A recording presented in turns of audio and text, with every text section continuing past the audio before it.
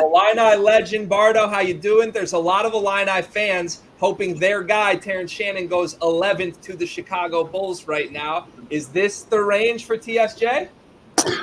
I certainly think so, guys.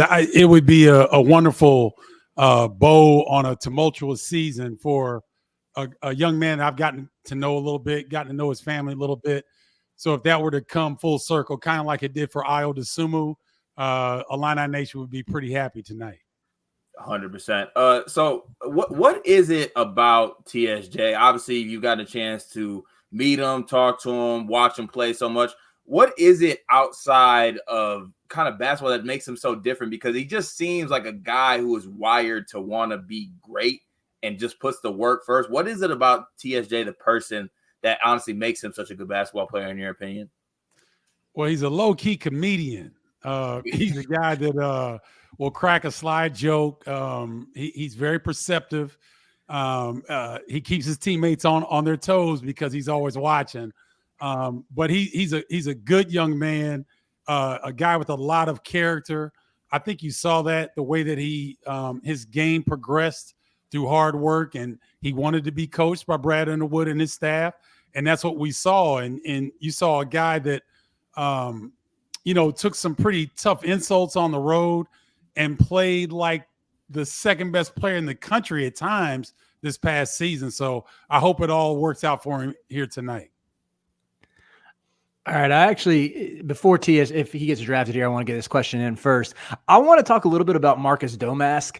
And I know we don't expect him to get drafted, but Cart and Greg, I don't know if y'all remember this, but this was probably in like mid-February when I was watching Domask cook dudes with the ball in his hands, like doing whatever he wanted to. And I asked y'all, how many games is he going to play in the NBA? Y'all lowballed him. It was like less than 20. So I want to ask Stephen, like I watched Marcus Domask and I was like, this dude might stick around in the league for a little bit, but how would you break down his game and his chances to stick in the pro ranks? Riley, you've got a really good eye because it's hard to quantify 6'6", 220, if not 225, passing skills, vision, scoring, tough, rebounding. I mean, like he touches almost every aspect of the game. And I'd be very surprised if somebody didn't use a second round pick. And even if he doesn't go in the second round, he'll be one of the first guys that they sign in a free agent deal because he's a winner. He knows how to play. He's versatile. The guy had to play point guard this season. And, he picked up additional skill set there that's adequate for the next level. So I think that he's going to have an opportunity to play at the next level. It's just that no one's really talking about him right now. Mm-hmm. Domask is a sleeper. I know like everyone has their favorite sleeper in this class, and you've been able to see a lot of these guys up close and personal. Who is somebody projected to go later that you think is going to have a long NBA career? I think Cam Christie could be a throwback old school two guard for a long time. I think his upside may be higher than his brother Max's, and Max is pretty well respected right now in the NBA level. Cam, he's got a little bounce to him. He's got a little jerk to him. Like he's a super nice kid, comes from a great family. But I've seen him on the court a couple times. Guys try to punk him, and he comes right back at him with a little bit of trash talk of his own. So I think he's got some moxie in there that will come out. And as his body develops, because he was one of the younger players in college basketball this season, I think he could be a sleeper and a guy that could be in the league for a while. Ralph said everybody has their favorite sleepers. Bardo, you mentioned very kind message to me in planning of this. You said you're a fan of our work. Who's your favorite sleeper, Carter or me? Who's had the most drinks so far tonight? That's who I'll go with. That's heavy Carter. Oh, okay. All right. Well, I'm going with Carter then. Come on now. All right. Little draft update. Unfortunately, it's not Terrence Shannon, but it is a hometown kid for the Chicago Bulls. Modest Buzelis is a Chicago hometown kid. He fell in this draft. I mean, a lot of people projected him to go in the top 5. I think this is great value at 11. Bardo, what are your thoughts on this pick? I love this pick. I think the young man can flat out ball. And the fact that he understands the culture that is the Chicago Bulls, that is the middling Chicago Bulls, and that hopefully he can help them decide a direction that would lead us back to contention instead of being in the play-in game year in, year out. You can tell I'm a little bit like Carter and you, Greg, for your Pistons. I'd like to see some improvement, but I do like this pick. I think this young man has tremendous upside. Yeah, they got some versatility going on with the Bulls right now. I mean, Modest is a guy who I think has some creation to his game, some passing ability. They just traded for Giddey. They still got Patrick Williams. They still got Kobe White. If Donovan can pull the right strings with this team, they can still move some pieces. The Bulls this is a step forward pick for them. I think getting Buzelis at this pick. You know, I agree with you, and I think that the Bulls with Mattis can play a little bit differently in terms of spacing the floor a little bit.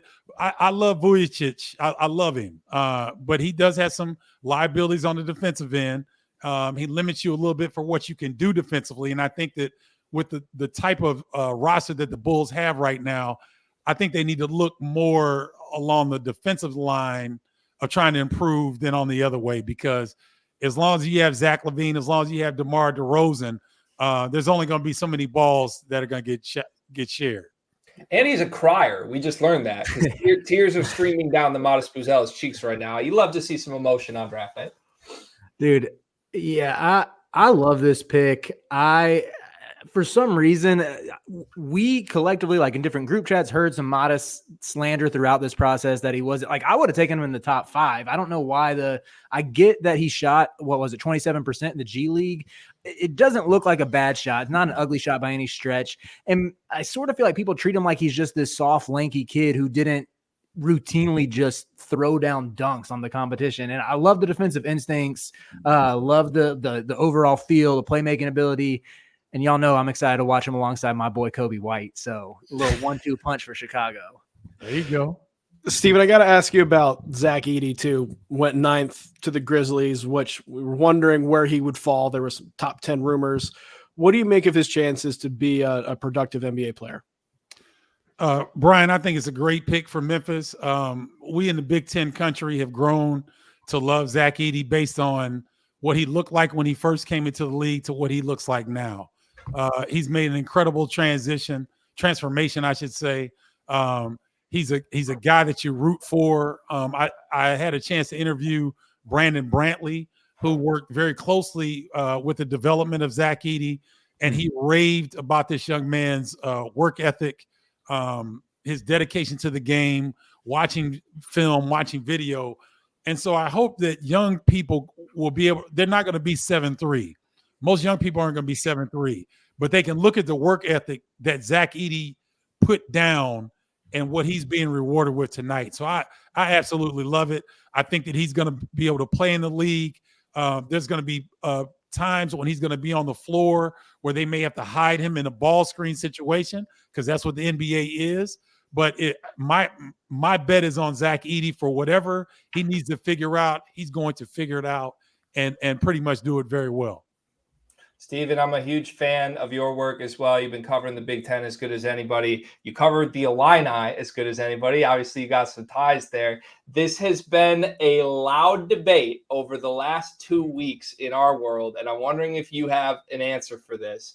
Some people are saying this next season, this version of the Illini that are coming up, could have the most NBA players on it of any team in the Brad Underwood era. Will Riley was a huge addition. They got a bunch of other young, talented players that could certainly end up playing in the pros. Do you think it's a crazy statement to say this could be the most talented Illinois team we've seen under Brad Underwood? Oh, not at all. I think when you look at the four corners of the earth that they went to bring in this motley crew, so to speak, you got guys from all over the places. So no, I think these were highly coveted players in every scenario. As I follow you guys because you do a great job of covering the Big Ten in college basketball. But I'm watching different platforms, and when you hear something first drop that Illinois is in on this kid, and then he comes, and then he's in on this kid, and then they get him, and then Ben Humreek House, if I if I got that right. I mean, they get him. And so for me, I'm giddy, not Josh giddy, but I'm giddy for the Illini right now because this is the golden era of Illinois basketball. And I think that it could definitely be the most talent of a Brad Underwood coach team here at Illinois. I'm sure Illinois fans are going to love that answer. I've been calling them crazy for 2 days, Bardo. I mean, Terrence Shannon and Marcus Damask haven't even left the building, and we're talking about upgraded roster. It is what it is. Thank you for being here. We are huge fans of your work. You do a great job, man. Enjoy the rest of the draft. I'm sure we'll talk to you again soon. Hey, keep up the great work, guys. Thanks for having me. Appreciate it. Appreciate you. I'm very glad he clarified the not Josh Giddey also. That was Dude, Bardo is awesome, man. Dude, my dog, if you aren't subscribed, go tune in to Bardo's YouTube channel. He does great stuff over there, really interactive with the chat. Being interactive with the chat is a skill not many people have. Yeah, we have it, but everyone else should get it. Bardo's got it. It is. Would you like to hear from the chat, Cart? Is that what I'm hearing from you right now, or? I mean, I'm keeping an eye on the chat, but more so for a note-taking perspective. Like I've seen the folks talking about I have gray hairs, and I've seen things about, me possibly having a painted on hairline, which by the way is Carl Anthony Towns salute time.